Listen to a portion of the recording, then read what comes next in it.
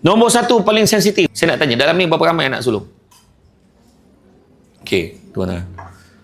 Anak yang paling sensitif sebenarnya adalah anak sulung. Yang angkat tangan ni tadi, yang bagusnya anak sulung ni, dia selalu cakap macam ni. Alung tak kisah. Alung cuma bagi pandangan dia. Kalau kau nak dengar, dengar. Tak nak dengar, terpulang. Cuba tak dengar, kecil hati.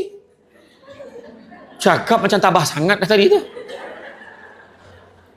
Anak sulung adalah anak yang biasa jadi eksperimen untuk mak ayah. Dia baru dapat anak, tak tahu macam mana nak buat apa. Lepas tu semua benda-benda baik, lepas tu tiba dapat anak seorang lagi. Alung kena jaga adik. Alung tiba dia tak bersedia pun. Dia tak pernah diberi pilihan. Nak tak jaga adik? Nak tak dia? Tak pernah tanya. Tapi tahu, Alung ada tanggungjawab sekarang. Alung dah jadi abang tau. Alung kena macam ni tau. Tiba dia kena semua tu. Sebab banyak Alung memendam rasa. Kalau adik semua boleh. Alung semua tak boleh. Kena. Sampai ke besar cerita tu. Memang daripada kecil dulu, semua adikku.